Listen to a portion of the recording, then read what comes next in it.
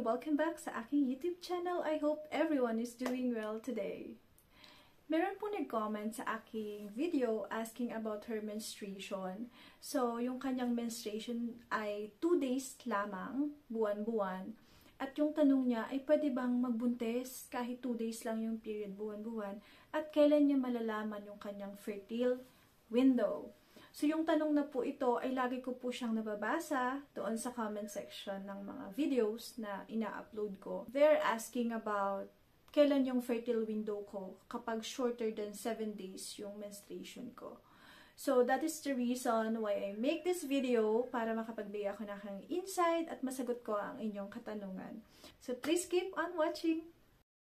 Disclaimer lamang po, hindi ako isang eksperto sa larangan na ito. Ang pagtuturong ito ay base lamang sa aking karanasan at personal na nalalaman.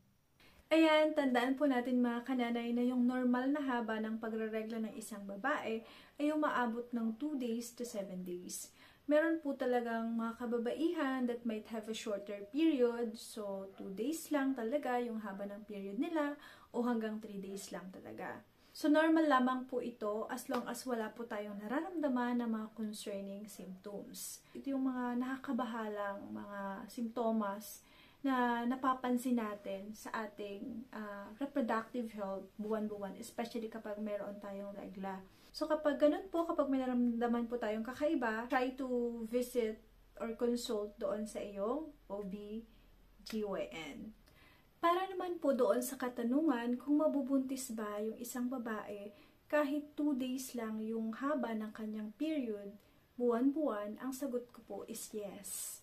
Kasi po, tatandaan natin na yung menstruation natin buwan-buwan, yung pagre-regla natin buwan-buwan, ito po yung isang senyales na tayo po ay nag-ovulate monthly. Ibig sabihin po ng ovulation is nagre-release ng matured egg yung ating ovary para i-fertilize ni sperm kapag nagkaroon ng sexual contact. Pero kapag wala namang sexual contact na nangyari, that matured egg na nirelease ng ovary mo will shed through menstruation. Kaya nga po kung babalikan natin yung phases ng menstrual cycle, malalaman po natin na after nating mag-ovulate, preparing na naman yung katawan natin para sa pagbubuntis, nandyan yung luteal phase. At kapag wala namang pagbubuntis na nangyari, yung matured egg, yung tissues para sa pagtikan ng uterine lining natin, it will shed through menstruation. Kasi after the luteal phase, babalik tayo doon sa menstrual phase. And so, the cycle begins again. So, ganun po yun. Kaya, nasabi ko kanina na yung menstruation natin is a sign na tayo ay nag-ovulate buwan-buwan. And also, it is a sign na normal yung functioning ng ating reproductive system. And doon naman po sa tanong ng ating kananay patungkol sa fertile window, tandaan po natin na in finding the fertile window, hindi po natin basihan yung haba ng regla. It's the length of your menstrual cycle. Kumbaga, kahit 2 days lang yung period mo, tapos 28 day cycle ka, still, yung ovulation mo ay nasa ika-14th day from the first day of your menstruation.